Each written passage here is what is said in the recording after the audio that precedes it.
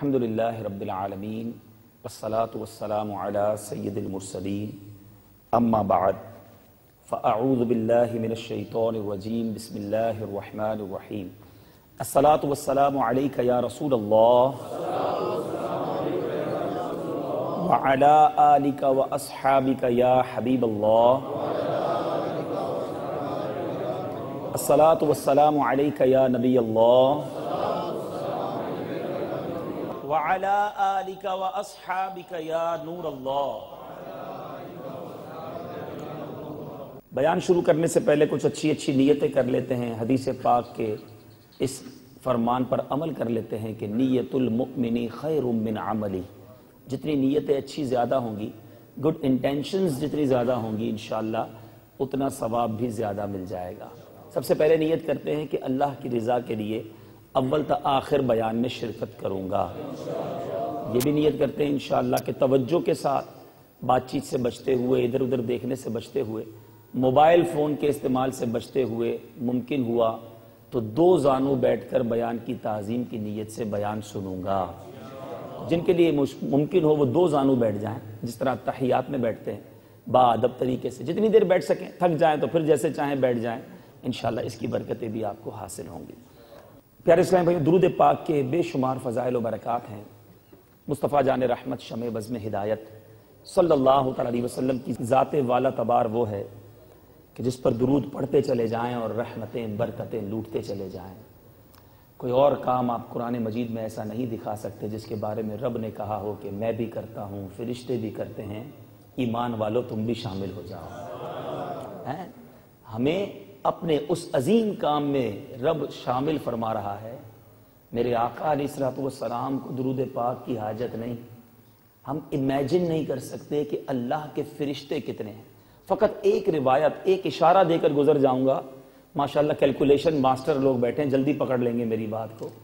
میرے آقا علیہ الصلوۃ والسلام کے روضے پر حدیث پاک کا مفہوم ہے، سب کو پتہ ہے، 70,000 صبح فرشتے حاضری دیتے ہیں، 70,000 شام کو حاضری دیتے ہیں، سب کو پتہ ہے یہ، ٹھیک ہے۔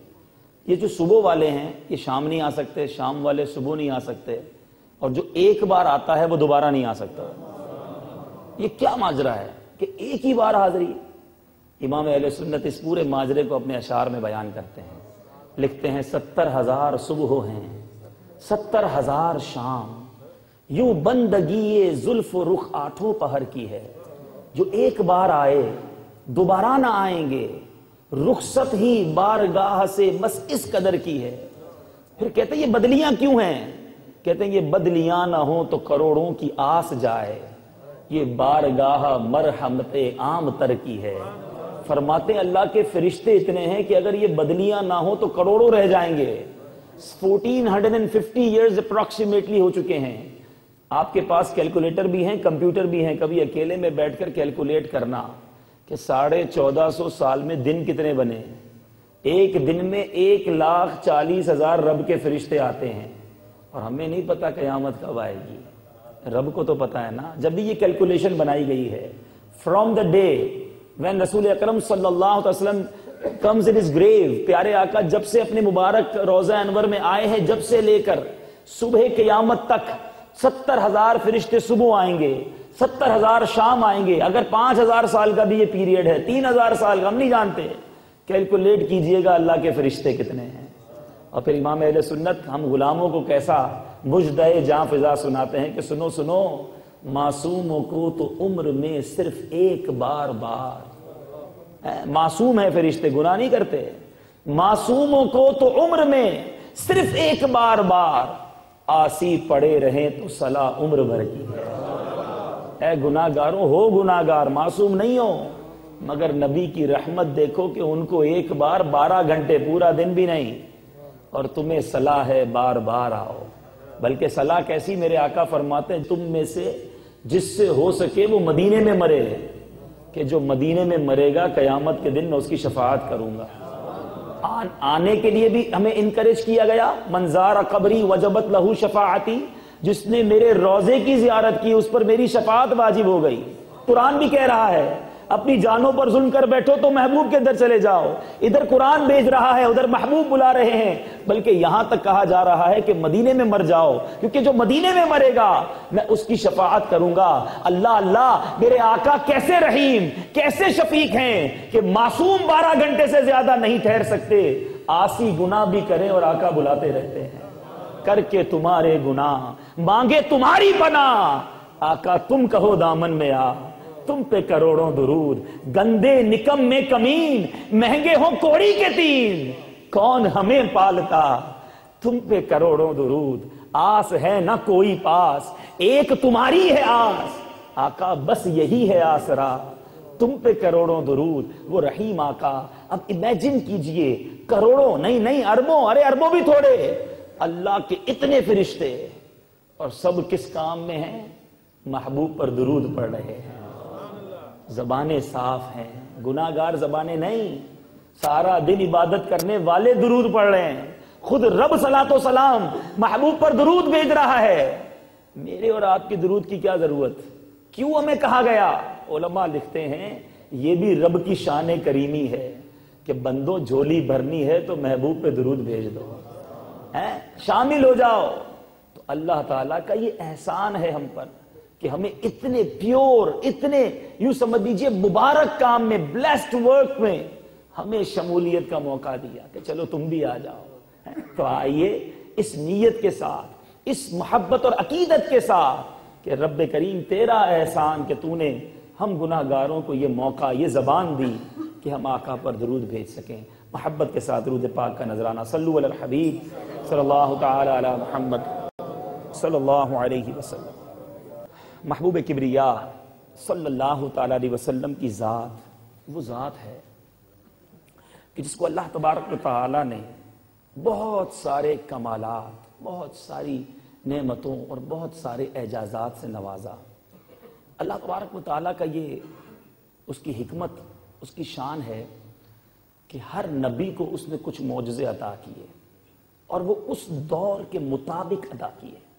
جیسی اس دور کی نیڈ تھی, جیسے اس دور کے تقاضے تھے, اللہ تعالیٰ نے ان انبیاء کو ویسے معجزات دیے. فار ایگزامپل حضرت عیسیٰ علیہ السلام کا جو دور تھا, میڈیکیشن کی دنیا کا ایک انقلاب آیا ہوا تھا. بہت بڑے بڑے ڈاکٹرز تھے, انہوں نے بڑے جناب نہ سمجھ آنے والی بیماریوں کے بھی علاج دریافت کر لیے. اور پہلے کے دور کے لوگ جو تھے وہ جس سے انسپائر ہوتے اسی کی عبادت کرنے لگ جاتے. اس قدر برا حال رہا پچھلی قوموں میں, وہ سورج دیکھتے سورج سے انسپائر ہوتے, سورج کی پوجا کر دیتے. چاند دیکھتے چاند سے متاثر ہوتے, چاند کی پوجا شروع ہو جاتی. سانپ دیکھتے بڑا خطرناک ہے, اس کی جناب پوجا شروع ہو گئی. اب آگ دیکھی کہ یہ آگ بڑے کام کی ہے, آگ کی پوجا شروع ہو گئی. تو انسپائریشن کا عالم یہ تھا کہ ان ڈاکٹرز, ان طبیبوں کے لوگ جناب پوجا کرنا شروع ہو گئے, ان کو خدا ماننے لگے. اب وہ دور تھا حضرت عیسیٰ علیہ السلام کا. رب تعالیٰ نے انہیں کیا معجزہ عطا کیا, آپ دم کرتے تو کوڑ کے مرض والے ٹھیک ہو جاتے. آپ مادرزاد اندھوں, ڈاکٹری کی دنیا کے لوگ اگر بیٹھے ہوں, ٹھیک ہے کوئی چلتے چلتے نابینا ہو جائے, کسی آنکھ میں کوئی پرابلم ہو جائے, اب بہت سارے کیور آ گئے ہیں, مگر بائی برتھ جو اندھا ہو, مادرزاد اندھا ہو, حضرت عیسیٰ علیہ السلام اس کی آنکھ پر دم کرتے وہ آنکھ والا ہو جاتا. چلیں بھائی یہ تو دو علاج ہیں, ہو سکتا ہے آگے جا کے یہ بھی آ جائے. حضرت عیسیٰ علیہ السلام کو رب نے ایک اور معجزہ جو ان تمام طبیبوں کے پاس جواب نہ تھا, اگر کوئی مر جاتا حضرت عیسیٰ اللہ کے حکم سے اسے بھی زندہ فرما دیتے. اب یہ کنورژن ہوا کہ لوگ انہیں چھوڑ کر حق کو ماننے لگے, حضرت عیسیٰ علیہ السلام پر ایمان لائے. حضرت موسیٰ علیہ السلام کا دور دیکھیں, وہ جناب جادوگروں کا دور تھا, میجیشینز موجود تھے اور طرح طرح کے وہ کمالات دکھاتے. اب لوگ ان میجیشینز کی پوجا کرنے لگے, انہیں فالو کرنے لگے. اب ضرورت تھی کسی ایسی شخصیت کی جو ان کا توڑ لے کر آئے. اللہ تعالیٰ نے حضرت موسیٰ علیہ السلام کو ید بیضا کا معجزہ عطا فرمایا. آپ ہاتھ اپنے گریبان میں ڈالتے, باہر نکالتے, وہ ہاتھ اجیالا ہو جاتا. آپ کو عصا کے معجزے سے نوازا کہ وہ تمام جادوگروں کے سانپ جو تھے وہ سامنے آتے ہیں, اور بڑا طویل واقعہ ہے, قرآن میں بھی موجود ہے. وہ تمام سانپوں کو نگل گیا اور تمام جادوگروں کا توڑ ہوا, اور حضرت موسیٰ علیہ السلام نے جناب وہ عروج حاصل کیا اور لوگ آپ کے قریب آئے. حضرت صالح علیہ السلام کا دور جو تھا وہ جناب اسٹون ایج کا دور تھا, اور لوگوں نے اس زمانے میں پہاڑوں کو تراشنے کا کام شروع کیا. ان کو یہ کمال حاصل تھا. جو مدنی چینل غور سے دیکھتے ہیں, ہم نے یہ ایک سلسلے کے اندر وہ کلپس بھی دکھائے کہ جو آج بھی آفٹر اپروکسیمیٹلی 5000 ایئرز گزر چکے ہیں, مدینہ منورہ سے 400-450 کلومیٹر کے فاصلے پر ایک علاقہ ہے جسے مدائن صالح کہا جاتا ہے. وہاں آج بھی وہ مکانات موجود ہیں, اور اب اسے جو ہے وہ ونڈر آف دا ورلڈ بھی کریٹ کر دیا گیا ہے, ڈکلیئر کر دیا گیا ہے. تو وہ جگہ آج بھی موجود ہے جہاں پہاڑوں کے اندر انہوں نے مکانات بنائے تھے. اب کسی ایسے شخص کی ضرورت, کوئی ایسے کمال کی حاجت تھی کہ لوگ سمجھے کہ یہ ہم سے سپیریئر ہے.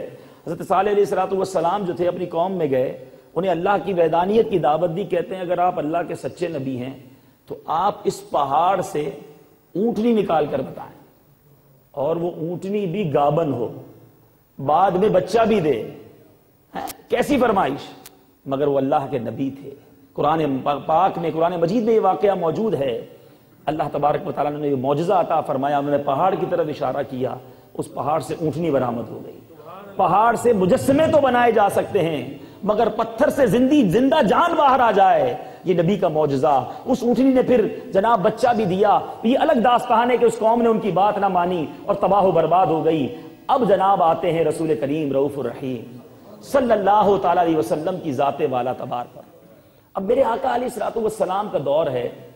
علماء فرماتے ہیں اللہ تعالیٰ نے نبی پاک صلی اللہ تعالی علیہ وسلم کو جتنے انبیاء پہلے گزرے سب کو جو جو معجزے عطا فرمائے, ان تمام معجزات کا مجموعہ میرے آقا کو عطا فرمائے. سردار الانبیاء تھے, اور صرف وہی نہیں بلکہ کچھ ایسی ایکسکلوسیوٹی, کچھ ایسی اسپیشلٹیز عطا فرمائی جو پہلے کسی نبی کو عطا نہ فرمائی.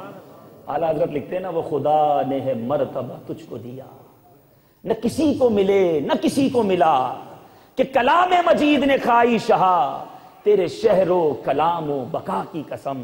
تیرا مسند ناز ہے عرش بری, تیرا محرم راز ہے روح امین. تو ہی سرور ہر دو جہاں ہے شہا, تیرا مثل نہیں ہے خدا کی قسم. وہ آقا. اب اگر آقا علیہ السلام کے دور پر نظر دوڑائیں, پرٹیکولرلی وہ دور جس میں میرے آقا علیہ السلام تشریف لائے, مبعوث کیے گئے, وہ دور عربوں کا دور تھا. اور عرب کے لوگ اس زمانے میں اپنی فصاحت و بلاغت کے بڑے جناب ماہر سمجھے جاتے. ان کی زبانوں کے مقابلے ہوتے, ان کے اشعار کے مقابلے ہوتے, ان کے جناب کمپٹیشن ہوتے, اور وہ اسی کو اپنا سب سے بڑا مانتے جو جناب کلم کی دنیا کا شہنشاہ, فصاحت اور بلاغت کی جناب وہ کمال پوزیشن پر ہوتا. کعبہ مشرفہ موجود تھا, اس کی دیوار پر لوگ اپنے کلام لگا کر جاتے, اور جب جس کا کلام اچھا ہوتا وہ ٹاپ 7 جس کو 7 معلقات بھی کہا جاتا ہے, وہ جناب کعبے کی دیواروں پر رہتے, باقی لوگ اپنے قصیدے لے جاتے, اور وہ ٹاپ جناب اس زمانے کے لوگ کہلاتے. یہ کلچر تھا. اب میرے آقا اس کلچر میں تشریف لائے. اللہ تعالیٰ نے میرے آقا کو وہ فصاحت و بلاغت سے نوازا, اور کمال یہ ہے کہ میرے آقا کا ایک لقب امی بھی ہے. میرے آقا علیہ السلام نے دنیا میں کسی ٹیچر سے نہیں پڑھا. شاعری جو ہے اٹس ویری ڈیفیکلٹ جاب, اور پھر شاعری میں بھی فصاحت و بلاغت. میرے آقا علیہ السلام نے یہ تمام کمالات دنیا میں کسی ٹیچر سے نہیں پڑھا, بلکہ رب نے سارے علوم براہ راست نبی پاک کو عطا فرمایا. اب اس میں بڑی حکمتیں لکھی علماء نے کہ یہ پیارے آقا نے کوئی اور ٹیچر کیوں نہیں اپنایا. جناب ٹیچر ایک ضروری شخصیت ہوتی ہے جو کسی کی نشو و نما, کسی کی جناب گروتھ میں کام کرتی ہے. میرے آقا امی کیوں ہیں, کیوں کوئی ٹیچر نہ بنا؟ علماء کہتے ہیں کہ اگر کوئی ٹیچر ہوتا تو بعد والے ہو سکتا ہے کہتے کہ یہ ٹیچر کا فیضان ہے. کوئی کہتا استاد جو ہے وہ نبی سے بڑھ کر ہے, اس نے سکھایا ہے. ہو سکتا ہے کوئی یہ کہتا کہ جناب نبی پاک کو استاد کا ادب کرنا, استاد کا ادب لکھا ہے.